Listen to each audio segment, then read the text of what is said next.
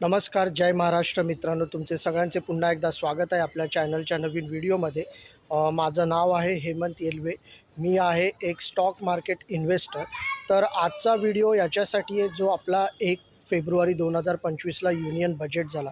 तर या युनियन बजेटचे मेन हायलाईट्स काय आहेत, म्हणजे या बजेटमध्ये कोणत्या सेक्टर्सवर मेनली फोकस करण्यात येणार आहे.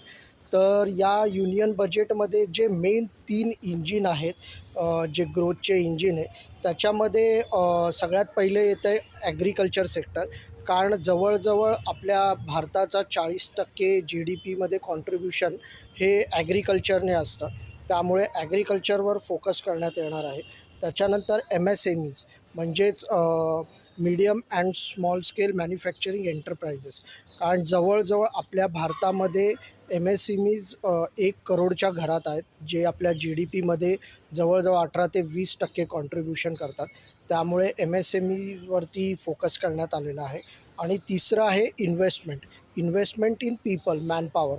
आपल्या देशामध्ये पण गिग्स वर्कर म्हणजे जे झोमॅटो, स्विगीमध्ये डिलिव्हरी बॉयज किंवा जे डेली वेजेसवर काम करतात, अनस्किल्ड वर्कर, त्यांना पण एका प्रकारे सिस्टममध्ये आणण्याचा प्रयत्न केला जाणार आहे. त्यांच्यासाठी मे बी काही डिजिटल कार्ड्स वगैरे येऊन त्यांना रेकॉर्डमध्ये घेण्याचा, जेणेकरून त्यांना गव्हर्मेंटकडनं काही स्कीमचा फायदा मिळू शकेल.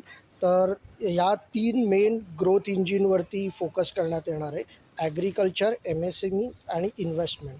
आणि जर सेक्टर बघायला गेलात तर एज्युकेशन सेक्टरवर फोकस करण्यात येणार आहे. म्हणजेच नवीन युनिव्हर्सिटीज, मेडिकल युनिव्हर्सिटीज बांधण्यात येणार आहेत. हेल्थकेअरवरती फोकस करण्यात येणार आहे. इन्फ्रास्ट्रक्चर म्हणजेच जे आपल्या भारतामध्ये जे इन्फ्रास्ट्रक्चर आपण आजूबाजूला बघतच असू, नवीन मेट्रोज बनत आहेत, रोड्स बनत आहेत, तर इन्फ्रास्ट्रक्चरवरती.